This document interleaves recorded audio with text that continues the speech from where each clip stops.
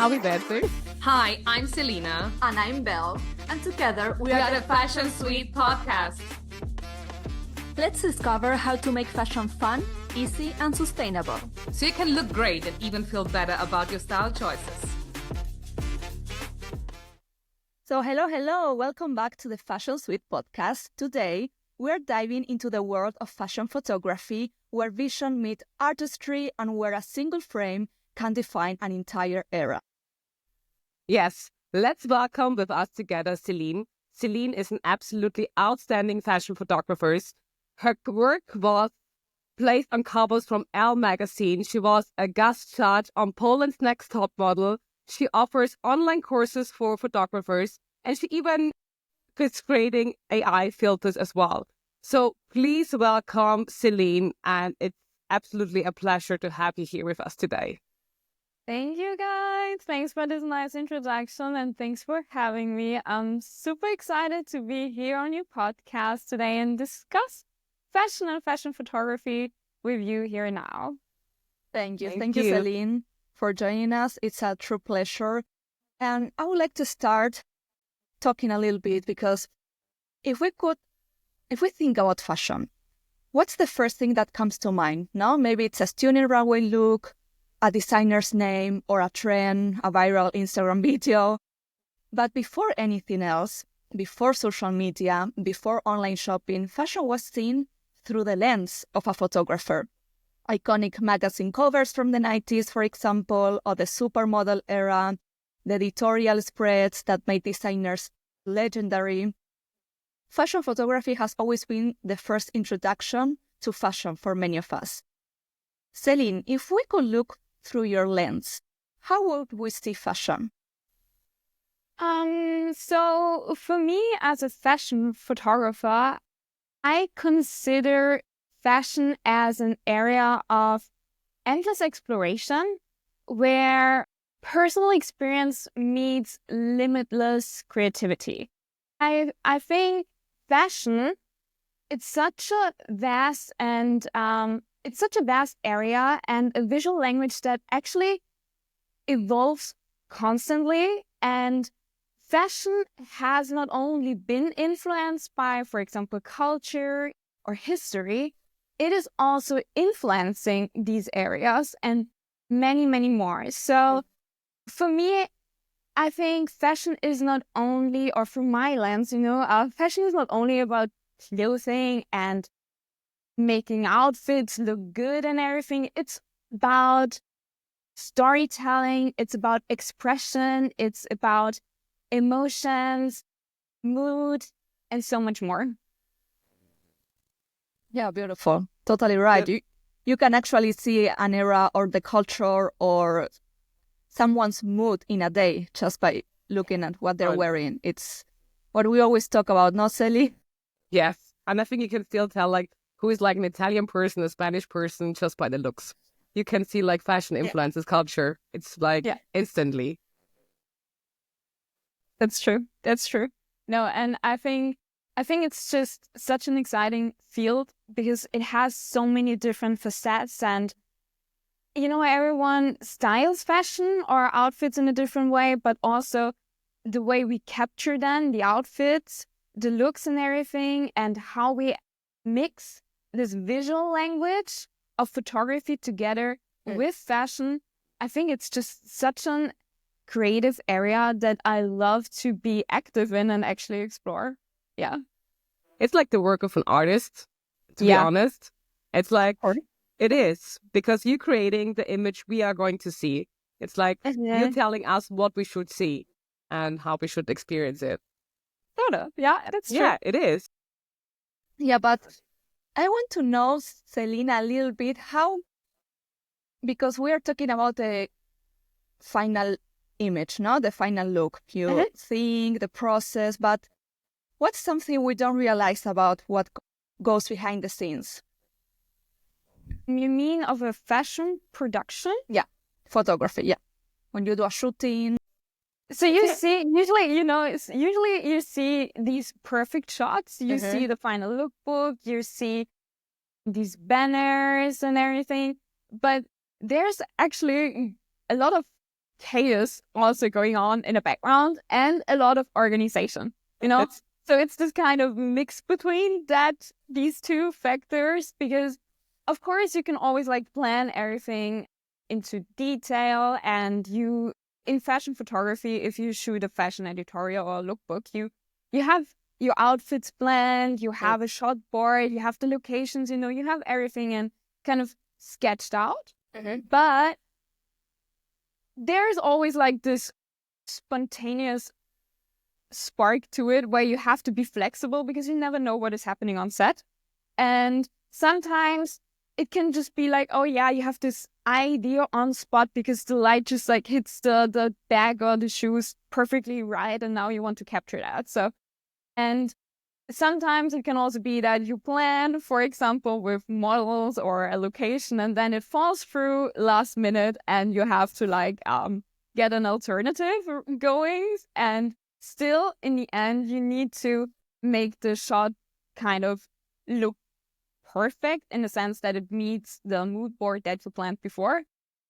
So you have these two sides, the chaos that is usually going on, and then also on productions you have time pressure and everything.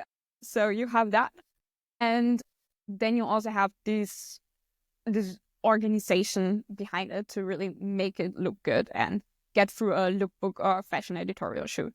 Yeah, it's not boring at all. No. I have several stories with Celin as well. Like, yeah, you work together for your store, yes. Celin. Yes, we were working together for several years now. This is how we met. And we had several shootings together, and we had problems like the model got sick. The model wasn't looking as she looked on her lookbook. And so we had, she had like a different size and everything. So you just try to make it work. And as like maybe the weather is not nice then. Because you're planning shootings like the weather in Vienna. Yes. The weather in Vienna. It's sometimes unpredictable. Yeah. But I also had it before with other productions that I had a location scouted. I was there like 2 days or 3 days before the shoot. And then when there was the shoot, suddenly a construction site has popped up. And I was like, well, maybe we cannot use this backdrop anymore. Doesn't really fit the mood board and everything. And then you have to, you need to stay flexible and keep the overall vision in mind, but still like be able to adjust. Yeah, but let me ask you, Celin, because we're working together. So how much of a shooting is planned or spontaneous? It's like, because I think we mostly have spontaneously shootings, but I'm not sure if I'm like still a bit more, because I also tell you, let's shoot like 5 jackets, and I'm the one showing up like with 8 or 10 jackets, because just in case. I know. It's always like me asking, okay, how many outfits will we shoot? 5. And then she comes with like that rack, and then, I brought this and this. And I'm like, okay. Celin's rack is everything. Yeah, I mean, I would say with us two working together, the shoots are a bit more spontaneous, I would say. Yeah. But, these productions are not so big. I think it depends on the size of the production, because if you have 8 hours and you need to shoot, I don't know, 14, 15, 16 outfits, you need to have the schedule. You need to have a call sheet with like the exact times and all the outfits planned out and everything. And there, you really have more organization behind it. But if it's less outfits and you have more time, of course, you also have more space to actually explore a bit and be more spontaneous. Okay. But it's also like, do you work with models sometimes before if you have a big shooting? It's like, because if you plan like outfits, and we know sometimes models need a bit of time in the beginning to feel comfortable, to really like feel the pictures in the shooting.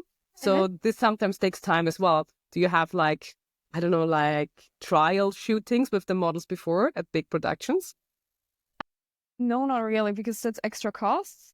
Okay, yeah. So what usually happens before bigger shoots is that you have a fitting.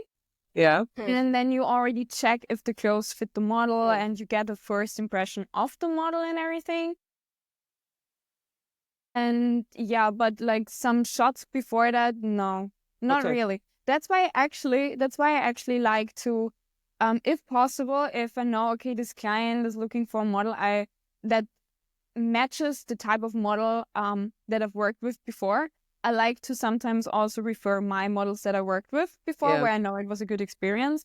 But obviously, it's not always possible. Yeah, and you can have like, you can be really careful, and as a brand owner, for example, and try to get Instagram photos which are up to date. Some clients also want like video calls before that, or to join the fitting and everything, so that they really get an impression of the model. But in the end, you cannot really judge from that how well the model is going to perform. Yeah, there's always like this nuance where it's like, okay, you don't know what you're getting. Yeah.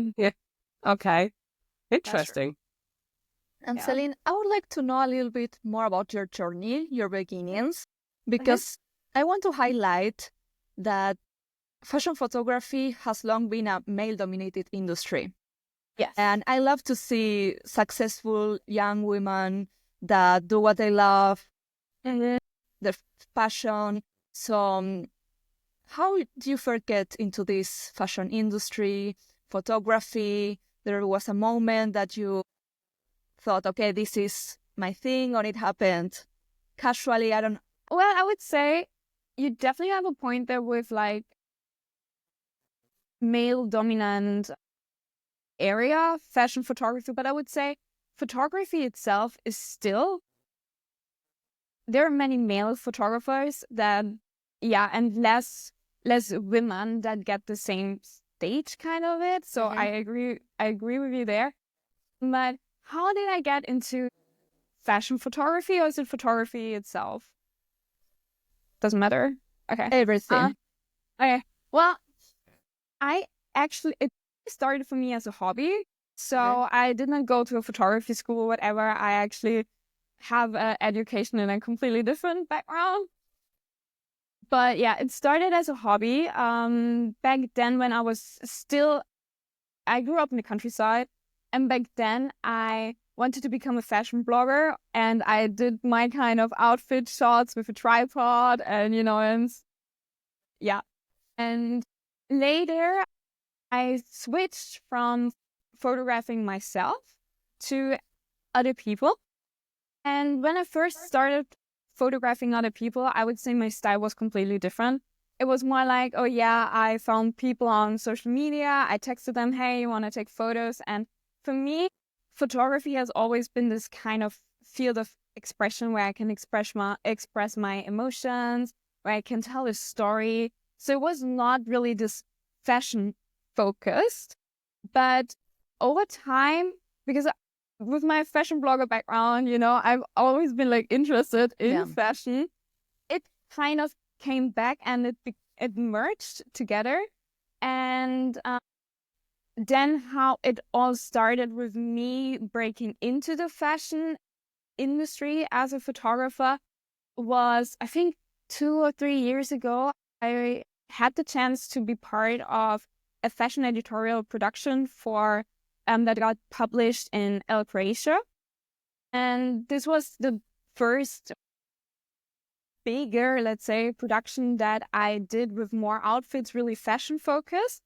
And it gave me so much joy just creating this editorial and be there on set and working together with the stylist, makeup artist and everything, that I knew, okay, this is what I want to continue with, and this is what I want to focus on. And from there I got my first bigger client, an international fashion company that kind of trusted me, and with them I started to shoot more and more lookbooks, more and more fashion editorials. And these were like the first steps that I had in the fashion industry, I would say. And now I can even tell without saying names, she's even like shooting supermodels or superstars, Americans. So she's really doing a good job. So I'm very proud of her all the time. Thank you. But it seems like if you see me now, it's like, oh wow, I've been doing this, I've been published there, I shot with that person, but it's been a long journey. Yeah.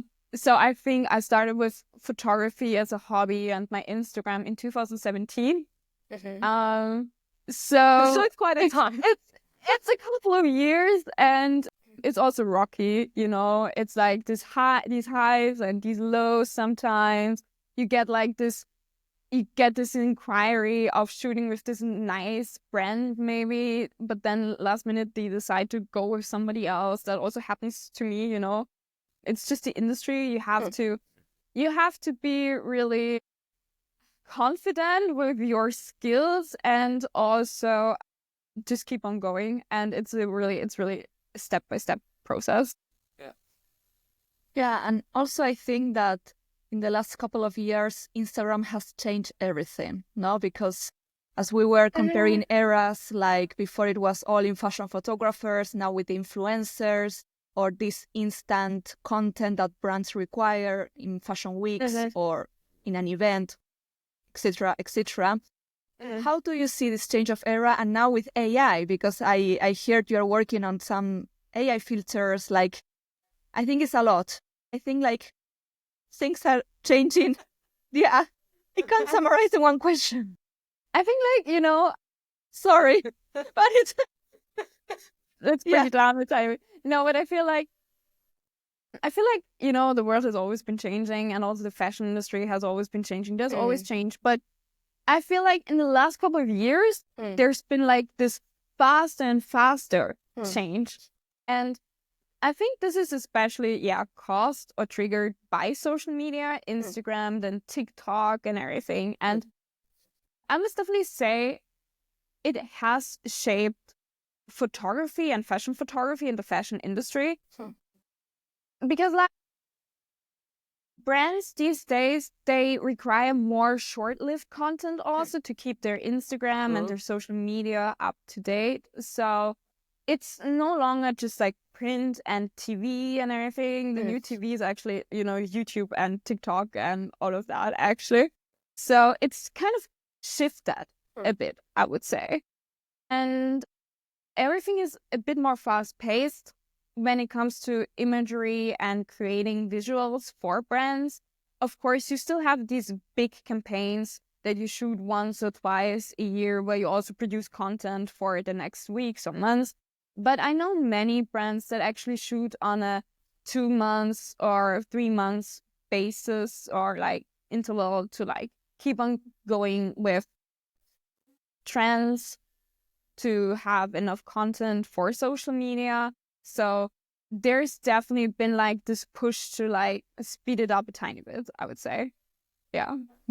No, you're absolutely right. It's just a shift because my opinion is not the same, an influencer than a fashion photographer. I mean, in terms of quality, creativity, it can fusion itself because influencers also hire photographers to be the So with the influencers, funny enough, I had a conversation about this only recently because, people say, do we still need photographers, videographers, like these professionals, if you also have like your iPhone and an influencer?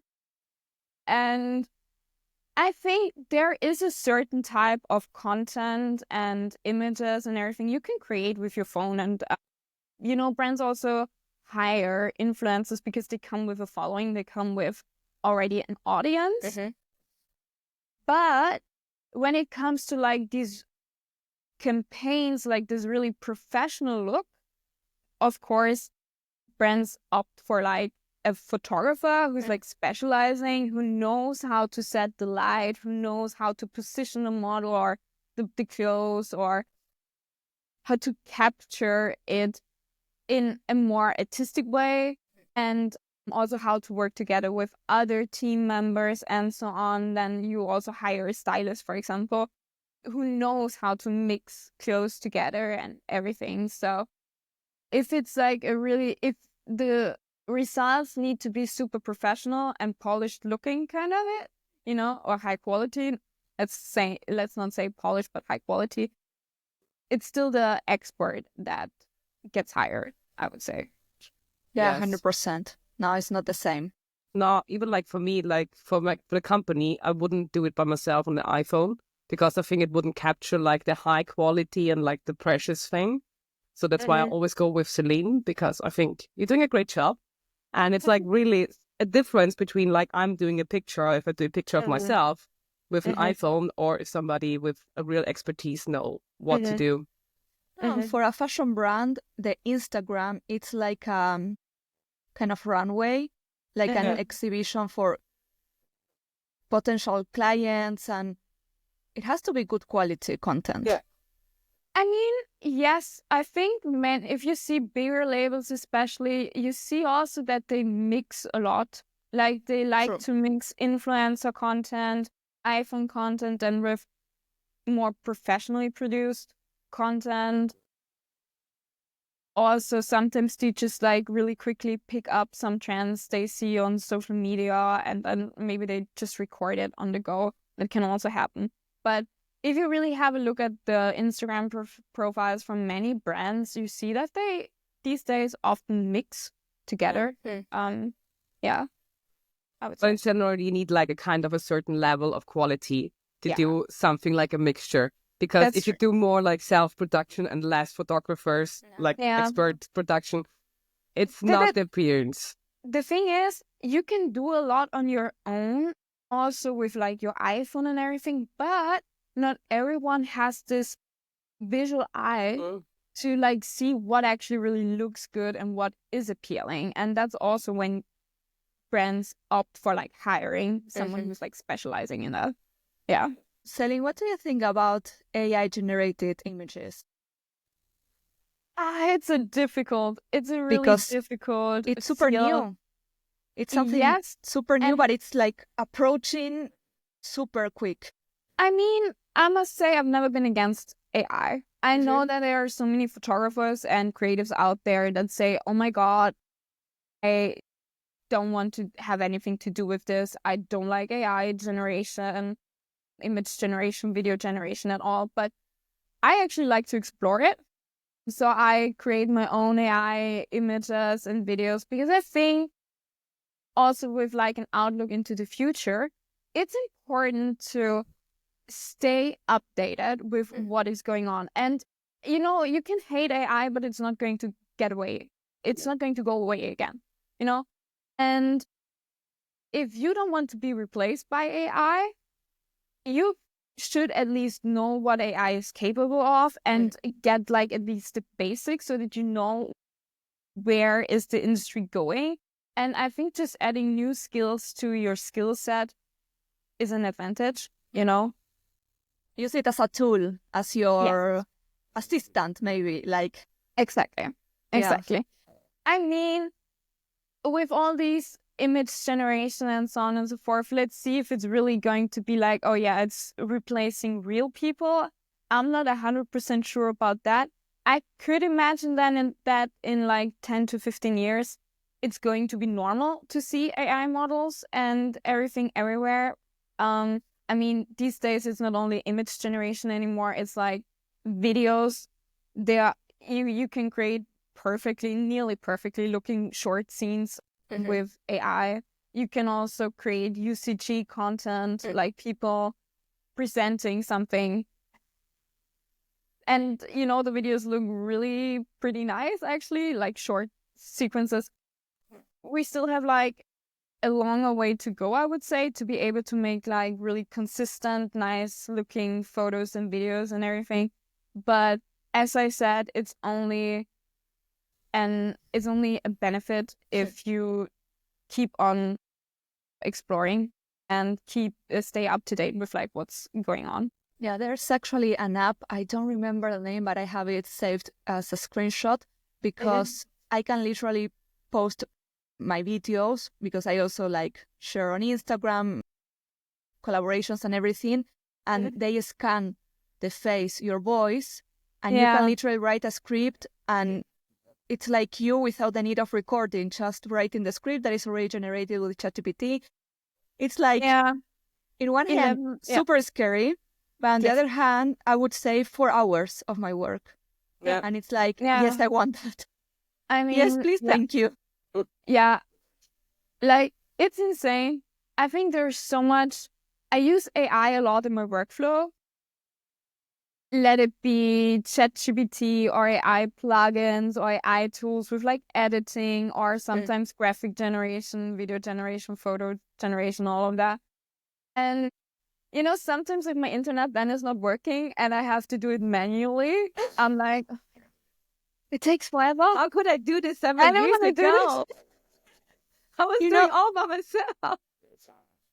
Yeah, it's like, oh my God. I feel you. So, I thought that it happened. Yeah, I feel you.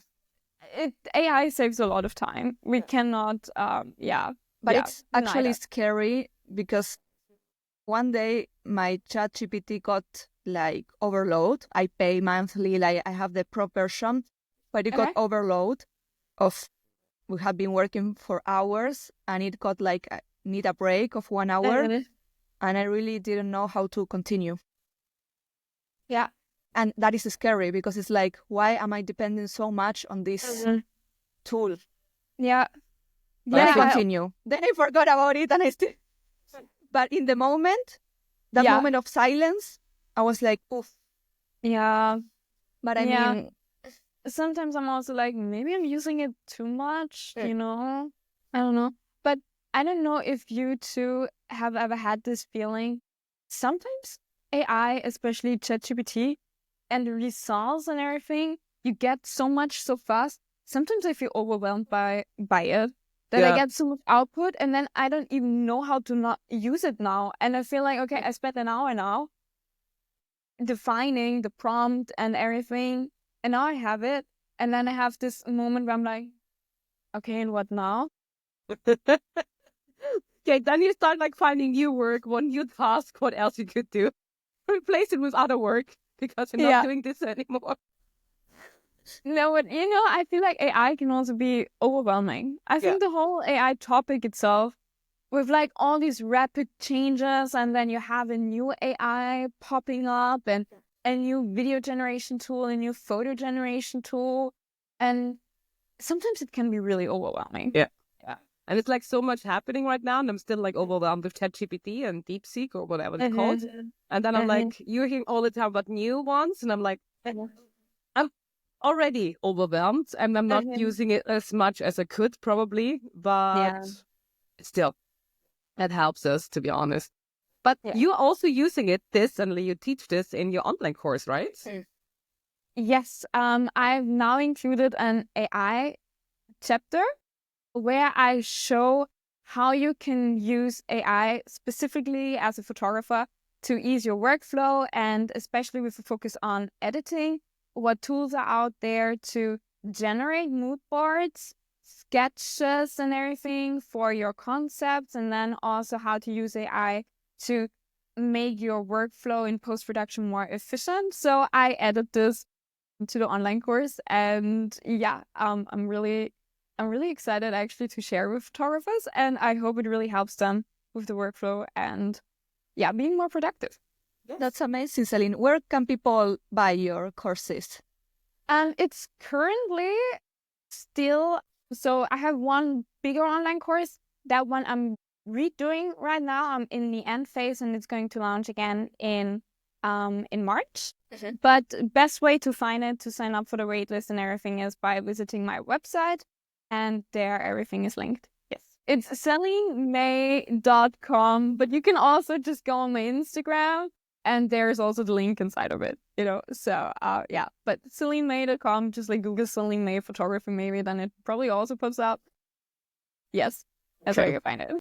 Right. Beautiful. And Celin, there's so many young photographers trying to break into the industry right now. What's your best advice for them? So I think when it comes down to breaking into an industry, it's important, first of all, that you build your portfolio. because in the end, you get booked for the work you display to potential clients because they want to see what you're capable of and does it match their brand, their vision, their imagery. And if you want to break into the fashion industry, you need to have like some fashion shots, fashion editorial work in your portfolio. So I think, first of all, build a portfolio. Second, I would say refine or improve your skills. So really shoot a lot, try to learn as much as possible about taking photos in different scenarios with people, with clothes, and so on and so forth. Because yes, it's not always that easy, especially if you have to really combine your photography skills with also making some clothes and everything look good. That's different than just like taking a landscape shot, for example. So it requires different skills. And third is probably make yourself useful to other people and network so that you really get to know the people, that you make contacts and that you network, because this is really important also in the fashion industry. Yeah. So are you also like attending fashion shows or like fashion weeks like Milan or Paris, London? I've been there. I don't go there regularly, but I've been to Paris and I'm going to Paris again this fall. But it's also really stressy. And yeah, so I must really say those photographers that go to all of them, like they start with like London, Milan, and then Paris or New York, and they go to all of them. Like It's even like back and forth because first it's men's section, like the men shows, and then the female shows. So it's like going back and forth. That's crazy. That's crazy. But of course, you can also make good connections there. But I wouldn't say that it's such a requirement that you need to go there. You can also connect through other ways with people in the fashion industry. Yeah. And Celin, I have one last question. Because we love fashion here, and I can't stop asking, if you could photograph any person, past, present, who would it be and why? I mean, does it have to be a person from the fashion industry? No, No, yes, it any doesn't have to. person. No, anyone. Because like, I was thinking about, yeah, if I think about it, it's a bit, it don't love it me. But recently I've been thinking a lot about like the past and how I started with fashion photography and being creative myself. And this person, this woman I know back then in my teens, she really shaped me and my creativity. Wow. And now with her coming back to her roots, I'm just like, I had like these moments when I was like, oh wow, I feel like this teen again, like that was so excited by her visuals and the creativity, and now she's back to this. It's Lady Gaga. Really? I was so Yes, curious. yes, she's back. She's totally back. Like she With she Abracadabra. it's just like I had this moment where I was like feeling like a teen again. Yes. Being like, oh my god, listening to her music and then being reminded, oh yeah. Yes. For me, she's so bold and she has her own way of expression. Like she created her own area. She shaped that time. It was like her visuals was just like, wow. And you know, you can say a song, Paparazzi, you know what she was dressed in, you know? And then You know, she had the scene, like the this, location, it's everything. like, it's insane. And now with her new music video and these kind of vibes again, I was just like, wow. And you know, she's not only this fashion icon and this extremely talented creative soul. Yeah. She's also such an amazing singer. Yes. This woman is like really, I would love to just like meet her and be creative with her and do like a really artsy photo shoot. That would be great. That would be really great. No, I loved it. She's amazing. I totally agree with you. I also follow her a lot because everything she has achieved, because she comes from nothing. I mean, she built herself alone. And I saw indeed the other day on Instagram a post that in university she got a lot of bullying, and they even created university or school, I don't remember, but she was already grown up. They even created a Facebook group saying she's not talented at all and she will never get it, like by her classmates. It's like she suffered a lot and she built a lot, like a personal brand, an era, and even a style. Yes. It's like Lady Gaga, you just know this kind of, who she is and what she creates and everything. And I think you can also feel that she puts so much emotions and what she's been through. I'm pretty sure she didn't have it easy. I think she suffered a lot and she's been through a lot throughout the whole years. But you can really feel that she puts this into what she creates, and that's also inspiring. Yes, that's true. That's true. Yeah. So it's Lady Gaga for me right now. I love it. No, I really loved it. Unexpected, but no, I was already totally curious agree. when you started like this. I'm like, who is it going to be? No, but it was like really little teen me inside was like super excited when I saw that she has the new music video, and it was like, and no, it's just like, she's amazing. Lady Gaga it is. Celin, thank you so much. This conversation has been amazing. Thank you. We really enjoyed it. Yes. Me too. It was It's really amazing. fun. I mean, I still could talk a lot with you as well. Yeah. It's like, but Endless. yes. Thank you so much for your time and you're answering all our questions. Is there like one last hint or advice you want to give to any other photographers or people who want to work in the fashion industry? Be brave. Be confident. And if you feel like this is really aligning with you, this is what you want to go for, you're passionate about it, keep on going, and you will find a way. It's amazing. Yeah, Yes. love it. Thank you so much, Celin. A huge pleasure. Thank you to our fashion lovers, also for everyone listening. If you want to check out Celin's work, we will leave her website, Instagram, everything in the description, so it's easy to find. And if you love this episode, share it with a fellow fashion lover, tag us, share a comment. We love to read you. And until the next episode. Yes. Thank Bye. you. Bye. Bye.